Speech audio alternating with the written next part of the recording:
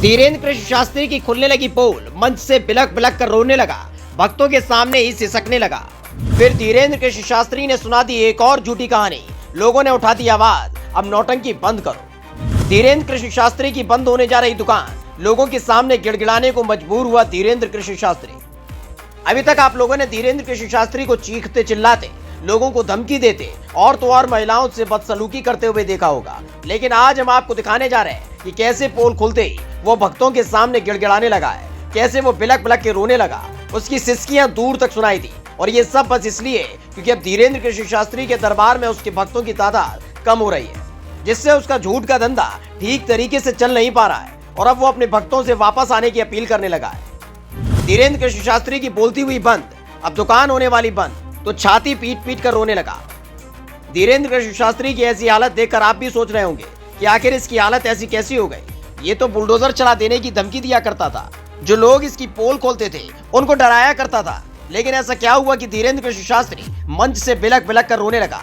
दरअसल धीरेन्द्र कृष्ण शास्त्री की करतूतों को कई न्यूज चैनल ने खोल कर रख दिया है, लेकिन इससे पहले भी कई संतों ने धीरेन्द्र कृष्ण शास्त्री की एक एक परत खोल दी है और जब जब इसके कारनामों को किसी भी संत या साधु ने सामने लाने की कोशिश की, ये धमकी देने लगा है। आरोप तो ये तक लगे हैं कि इसने धमकी देने के लिए उन संतों के पास अपने गुर्गे तक भेजे थे।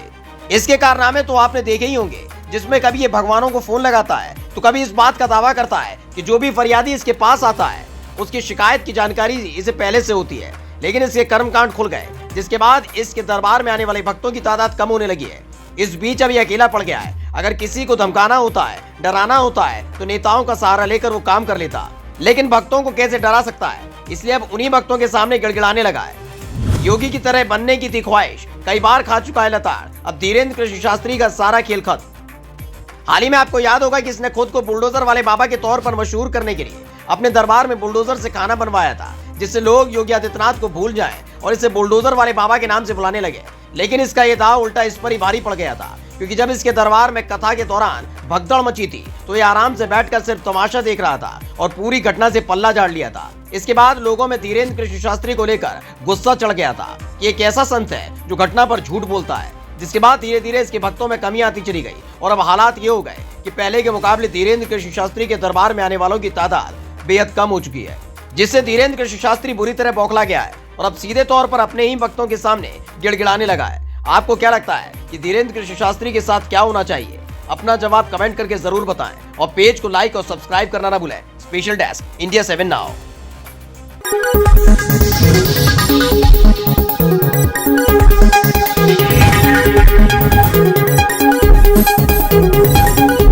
What?